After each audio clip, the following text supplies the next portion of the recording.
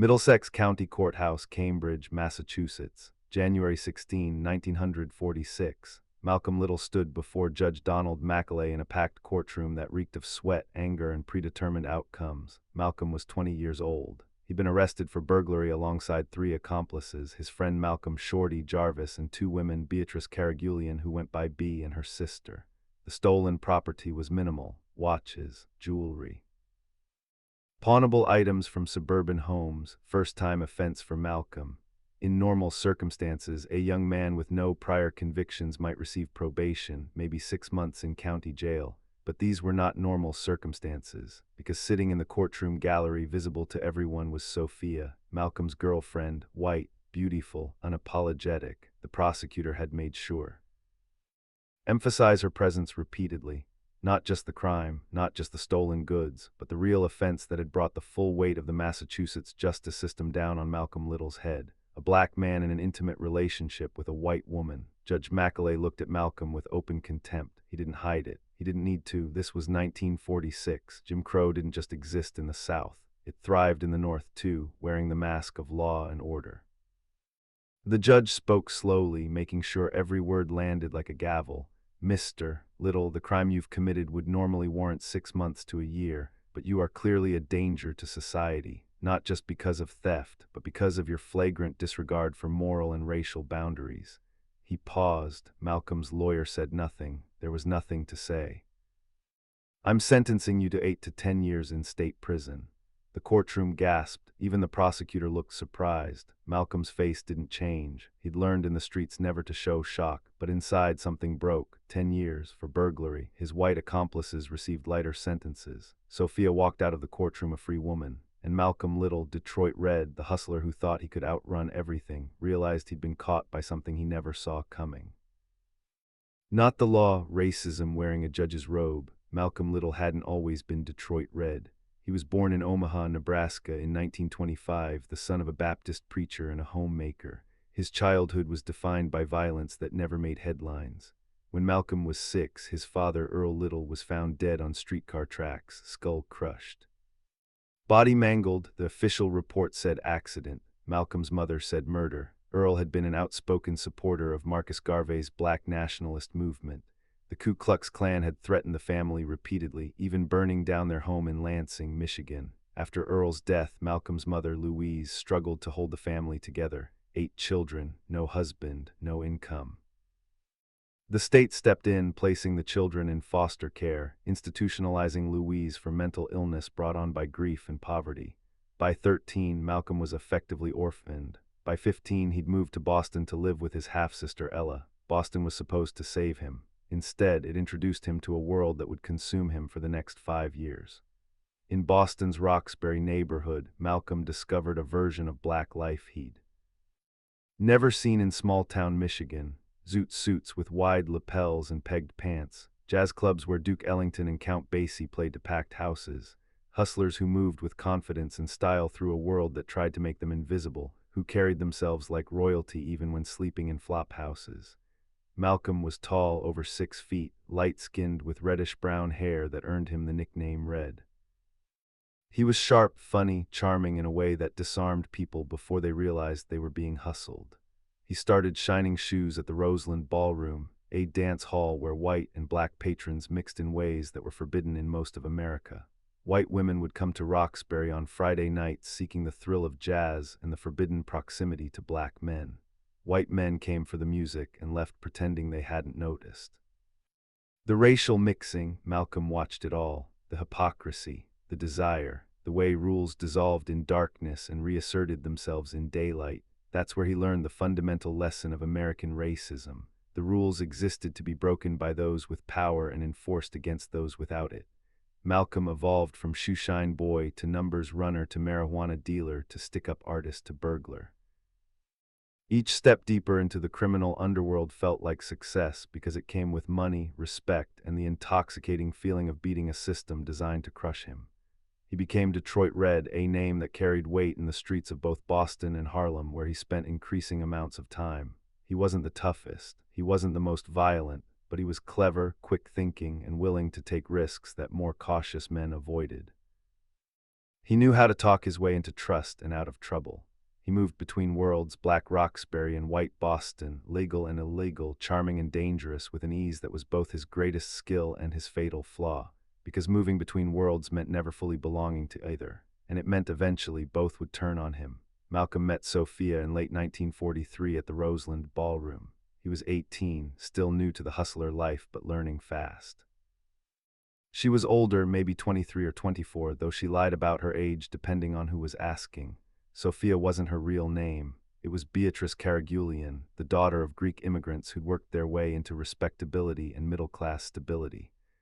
She was married to a white man, a soldier serving overseas, living the prescribed life of a wartime housewife in suburban Boston, but that life suffocated her. The propriety, the expectations, the endless performance of white middle-class femininity. So she came to Roxbury looking for something her approved existence couldn't provide: excitement, danger, music that made her body move in ways that felt forbidden, and men who looked at her not as a respectable wife but as a woman with desires she wasn't supposed to acknowledge. Malcolm represented all of that.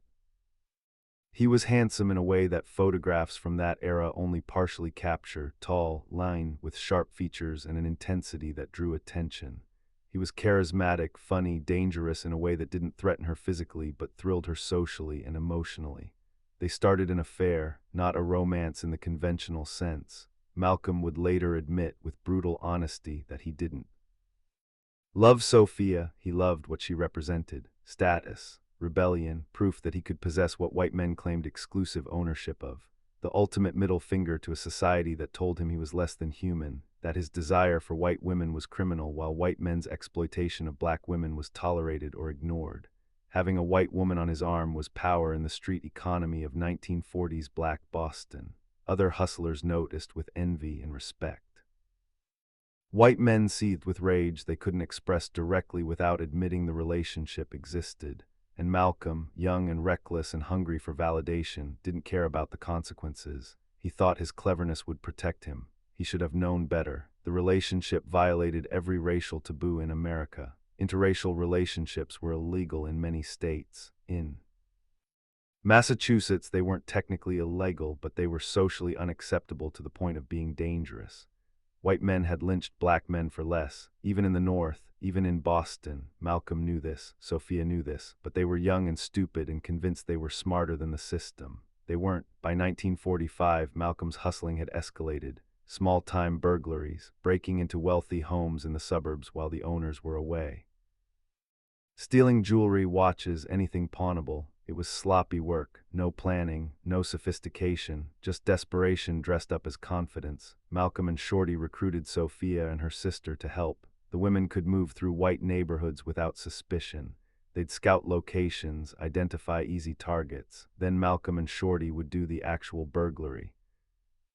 It worked for a while, until it didn't. In December 1945, Malcolm tried to retrieve a stolen watch he'd left at a repair shop for cleaning. Stupid, arrogant, the kind of mistake you make when you think you're untouchable. The shop owner recognized the watch as stolen and called the police. Malcolm was arrested. Within hours, the entire operation unraveled. Shorty was arrested. Sophia and her sister were arrested. The stolen goods were recovered. But what turned a routine burglary arrest into a media spectacle was the racial composition of the group. 2 black men, 2 white women. The newspapers didn't focus on the crime. They focused on the scandal: interracial crime ring, white women corrupted by Negro criminals. The coverage was vicious, racist, designed to inflame. Malcolm's lawyer tried to separate the burglary charge from the racial hysteria, but it was impossible. The prosecutor made Sophia the centerpiece of his case, not as a defendant, as evidence of Malcolm's moral depravity. This young man, the prosecutor said, pointing at Malcolm, didn't just steal property. He violated the most sacred boundaries of our society. The jury was all white. The outcome was never in doubt. Judge Macaulay sentence, 8 to 10 years, was designed to send a message. Not to Malcolm specifically, but to every black man who dared to cross racial boundaries.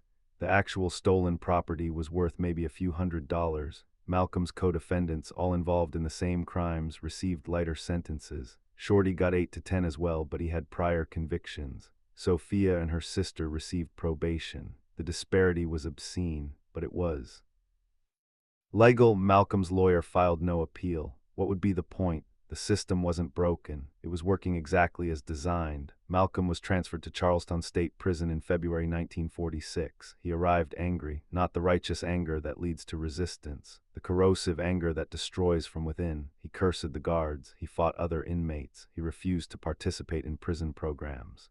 He rejected religion, mocking anyone who prayed.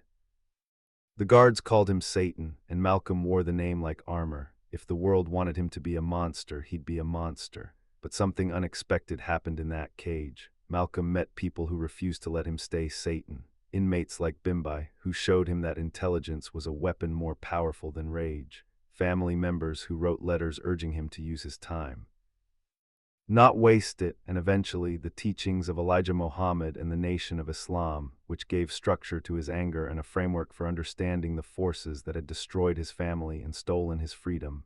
Prison didn't break Malcolm, it rebuilt him. The 10 years the judge intended as punishment became the crucible that forged Malcolm X. He read voraciously. He educated himself. He developed the intellectual tools that would make him one of the most formidable debaters and orators in American history.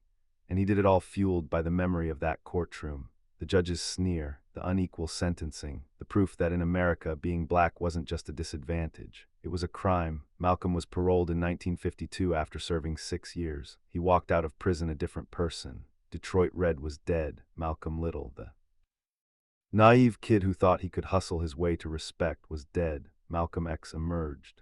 The X symbolized the stolen African name he'd never know, the identity erased by slavery, but it also symbolized something else, a refusal to accept what the world had named him, a rejection of the slave name Clay, a claim to self-definition. And every speech Malcolm gave after his release, every debate he won, every mind he changed, was built on the foundation of that unjust sentence. The judge had tried to bury him with 10 years. Instead, he'd given Malcolm time to become dangerous, not with fists or guns, with words, with ideas, with a clarity of vision that exposed the rotting foundations of American racism. Sophia disappeared from Malcolm's life after the trial. She went back to her white suburban existence, her marriage, her respectability. She faced no real consequences. No social exile, no decade behind bars, just the quiet return to a world that forgave white women their indiscretions as long as they were discreet. Malcolm never spoke about her with bitterness. In his autobiography, written years later, he described the relationship with cold honesty. He hadn't loved her. He'd used her. She'd used him. Two people performing rebellion without understanding the cost. But the cost fell entirely on one of them. That was the lesson Malcolm never forgot. The system didn't punish rebellion equally. It punished black rebellion with the full force of law. White rebellion got probation. The irony of Judge Macaulay's sentence is almost too perfect. He wanted to destroy Malcolm Little. He wanted to make an example of a young black man who dared to cross racial lines, who dared to be intimate with a white woman, who dared to exist outside the boundaries white society prescribed. The sentence was meant to be obliteration. 10 years for a crime that warranted 6 months. 10 years to rot in a cell and emerge broken, bitter, unemployable. But Malcolm didn't break. He transformed. He used those years to become something the judge never anticipated. An intellectual, a lighter. A voice that would shake the foundations of the very system that tried to silence him. The question haunts history. What would have happened if Judge Macaulay had been fair? If he'd sentenced Malcolm to 6 months? Would Malcolm have returned to the streets and died young in a hustle gone wrong? Would he have disappeared into obscurity? Would he have found another path? We'll never know, but what we do know is that the injustice of that sentence became fuel. Every time Malcolm spoke about systemic racism, he spoke from lived experience. Every time he challenged white liberals who preached equality while maintaining segregation, he spoke from the memory of a courtroom where his skin color determined his sentence. Every time he refused to beg for rights he believed were inherent, he channeled the rage of a 20-year-old kid who watched justice reveal itself as a lie. In 1963, 17 years after that sentencing, Malcolm X gave a speech at Michigan State University. A student asked him if he believed the American justice system could be reformed. Malcolm paused, then he told the story of Judge Macaulay, the white woman, the unequal sentence, the decade stolen. The system isn't broken, Malcolm said. It's working exactly as designed. It was never built. To give us justice, it was built to control us, and you can't reform a system whose purpose is your oppression. You can only replace it. The audience was silent. Some were horrified, some were awakened, but everyone understood. This wasn't abstract theory. This was testimony. Malcolm X wasn't speaking about injustice in general. He was speaking about the specific injustice that had shaped him. That had taken a 20-year-old hustler and turned him into a revolutionary. That had proven everything his father had tried to warn him about before white supremacists killed him. Judge Donald Macaulay died in 1957, 5 years after Malcolm's release. There's no record of him ever expressing regret about the sentence. No indication he understood what he'd done. To him, Malcolm Little was just another black criminal who got what he deserved. He never knew that the young man he tried to bury became one of the most influential figures of the 20th century. He never knew that his racist cruelty became the origin story of a movement. He never knew that by trying to destroy Malcolm, he helped create Malcolm X. And maybe that's the final irony. Oppressors never understand that the systems they build to crush resistance often create the very revolutionaries who dismantle those systems. Judge Macaulay thought he was protecting white society from a dangerous black man. Instead, he gave that black man a decade to study, to think, to transform rage into clarity. And when Malcolm emerged, he was far more dangerous than any judge could have imagined. Not because he was violent, because he was awake. The legacy of that sentence lives in every conversation about mass incarceration, racial disparities. In sentencing and the school-to-prison pipeline, Malcolm X's story is extreme, but the pattern is familiar. Black defendants receiving harsher sentences than white defendants for identical crimes. The criminalization of black intimacy with white partners, whether through law or social violence. The way the justice system has always been a tool of racial control disguised as colorblind neutrality.